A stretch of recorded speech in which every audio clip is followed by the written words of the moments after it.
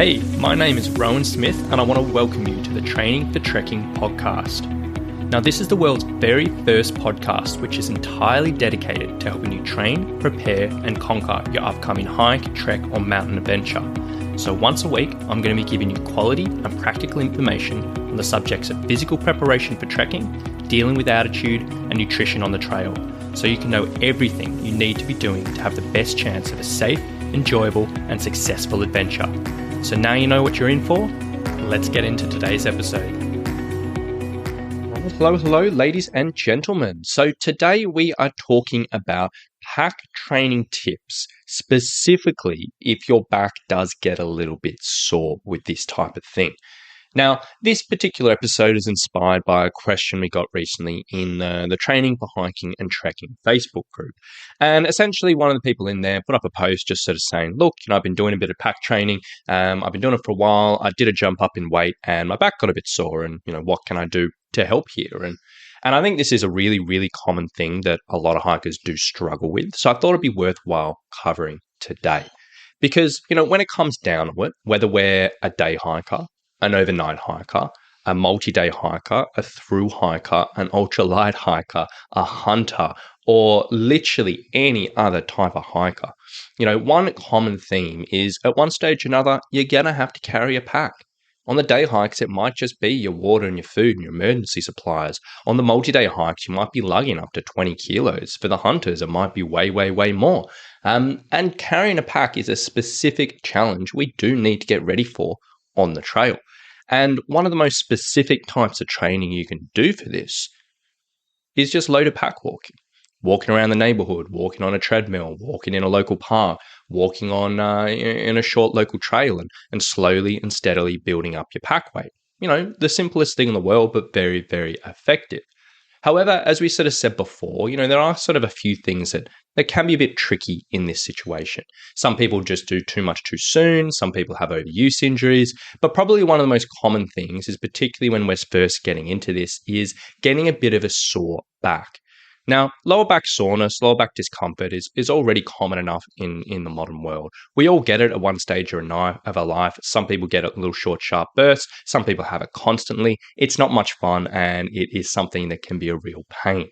And then when we begin to introduce extra load on the back in the form of a pack and exercising with that, that can aggravate issues a little bit. And obviously that's not much fun, both for the enjoyment factor of sucking out a lot of the fun in these training sessions, both in limiting your ability to train, which is therefore going to help you on the trail. And also when you're actually on the trail, it can limit you there. So today I just want to run through a really quick list of tips that if you aren't doing any type of pack training and you have realized in the past that you deal with a bit of back discomfort, or maybe a friend or family member's going through the same thing, is going to be a really quick list of tips just to get you sorted on that front. So first and foremost, and this is specifically for the people who are really, really starting out and they're sort of, starting off with some lighter weights to begin with, is do everything with a pack that has a hip belt. Now, we know as hikers, when we're going out with a proper pack, when we have a hip belt on, it takes a huge amount of load off. It helps things sit properly on our hips, takes a lot of pressure off our shoulders. And when you're doing loaded pack work, you really, really want to be doing something with a proper hip belt. So if you're going out with a day pack, which doesn't have a hip belt at all, I would strongly suggest you go find something that does have one.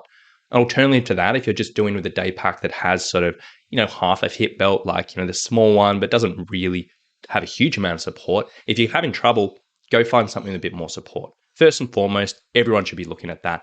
Definitely what you want to think about. Now, the second tip kind of goes hand in hand with that. For the people who are sort of beginning off this type of training and relatively early in this, is typically there comes a point where we train with a day pack and we might only be using, 3, 4, 5, 6 kilos or something like that. But there comes at a point where the day pack just simply can't handle the weight anymore. And essentially that's the point where you want to swap over to a proper pack or a full pack or a bigger pack or whatever you want to be doing. And we want to be making that transition sooner rather than later. So don't keep on loading up your day pack if you feel like it's getting uncomfortable. If you do start feeling, hey, this is a little bit bulky, this is just not really sitting quite right, that's your sign. Get a day pack, get a proper pack, transition into that. Even if you look a little bit funny on the treadmill around the local neighborhood with a full pack or a proper pack, you got to do it. And that first sign of discomfort, swap on over, because you don't want to leave it 2 or 3 or 4 weeks and then you're lugging around way more weight than is suited for your day pack. So definitely get around that. Now, on top of that is when you are sort of loading up a little bit heavier, just be mindful of exceeding the pack limits. So most packs will have sort of some type of recommendation around maximum load that you should have in them. This is specifically true for some of the more ultra light ones, which, are intentionally light and they might not have a huge amount of support through them. And just make sure when you are loading up your pack for your training, even if you're intentionally getting quite heavy, that you're not really going over these pack weights dramatically. The recommended pack weights dramatically, because in all honesty, they're there for a reason. And once you start getting over that, a lot of the support systems are just not quite up to scratch. And some people get away with that, absolutely. But if your back is getting sore, avoid that. And in that situation, you may want to look at making your pack walking a little bit more difficult in other ways, as opposed to increasing your pack weight. So you might do more hills, you might do quicker pace, you might just do longer sessions or whatever it may be. But get that sorted. And stick to those limits. Now, number 3, again, this is mainly for the beginners, but I know a lot of people avoid this, is get it fitted properly. Get your pack fitted properly. Don't just pull something out of the cupboard or pull something off the shelf and expect it's going to fit you. Get it fitted properly from, someone down a local store if you have that opportunity. If not, go through some tutorials on YouTube. Make sure you're on top of this. And then don't just sort of fit it once and forget about it. Refit it every 6 months, 12 months, whatever it may be. There's the stuff, the straps do loosen, things do get out of whack. So make sure you're on top of that, because it goes a long way. Now, next tip is relevant for anyone, whether it's someone doing super heavy loads, whether it's someone completely beginning out, and that is load up the majority of your weight with something that you can adjust. So the mistake you often see from people is when they're doing this type of thing is they'll load it up with weights plates, they'll load it up with dumbbells, they'll load it up with even, sacks of sand or sacks of, rice, whatever it may be. And this is all well and good. But if you do get in a situation where my back is actually getting a bit sore, it's getting a little bit uncomfortable, you're kind of stuck with this weight and it's not ideal. What is ideal is to load up, at least 50% of your pack weight with water. So either in water bottles or a dry bag full of water. And if you do get to that point where, your back is getting sore or something else is getting sore, you can pour some of that water out and continue. So you don't have to push through that pain. And you do have a bit of an option there. On top of that, you can take that a step further. And if you want to have an extra training effect, you can even intentionally plan for the first quarter of your hike. You're going to carry actually heavier than you're planning. You might add in an extra 5 kilos or something. Do that very briefly. As you start to get tired, then pour water out and continue with a lighter weight. That can be a very effective training strategy. But either way, if you do struggle with a bit of back discomfort, make sure you are loading up your pack with something that you can adjust.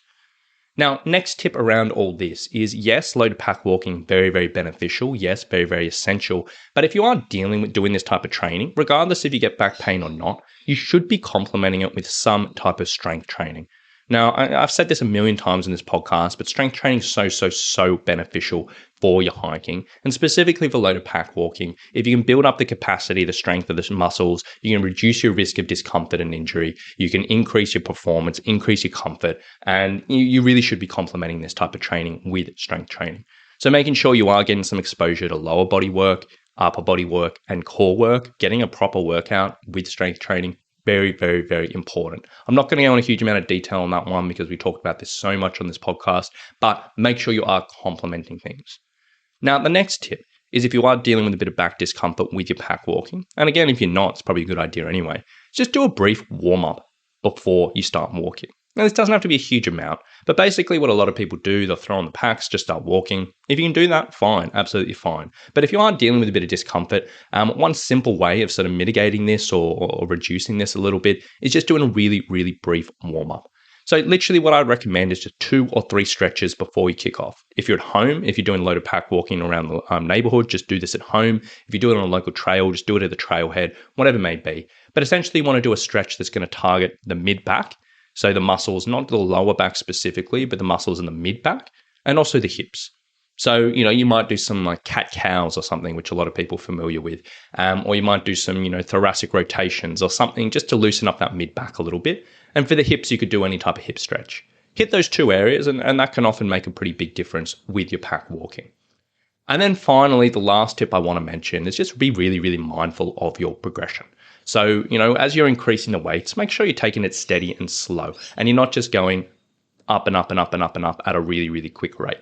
So typically for most of my hikers, I'll typically increase their pack weight by either 1 kilo or a couple of pounds each week. If someone's in a bit more of a hurry or maybe a bit more experienced or have a bit more strength behind them, we might do 2 kilos a week or 4 pounds a week or 5 pounds, whatever that equals out to be.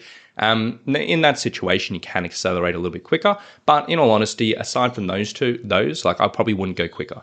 So be mindful of your progression. Take it step by step by step. And if you do get to a point where you're like, this is getting tough, maybe just spend a few weeks there and then start progressing again. So, be smart with that, be slow with that, be steady with that, and it will go a long way. So, those are all pretty basic tips. You've probably heard them all before. You've probably tried them all before. And if you're dealing with discomfort, you've probably forgotten a lot of them before as well. But if you are doing pack walking, which I strongly, strongly recommend to almost every hiker, and you do deal with a bit of back discomfort, go through that list. Have a think. Which ones are you doing? Which ones have you done? And which ones aren't you implementing? And then whichever ones you aren't, I would strongly recommend you put them into action. And over time, it will make a big, big difference. So that's probably enough from me today. I hope you do have enjoyed today's episode. Hope you got a little out of it. Hope it gave you a few insights and maybe a few reminders for what you may put into your week. Now, if you did want to learn a little bit more about what we talked about today, go into some of the strength workouts, go into some of the warm-ups or anything like that, I would absolutely love if you come and find me on the Training for Hiking and Trekking Facebook group. Now, in this group, as I always say, I'm happy to expand on these episodes, share extra information, share ideas, answer questions, or anything it may be. So if you want to find that, that's the Training for Hiking and Trekking Facebook group. I'll leave a link for that in the show notes below.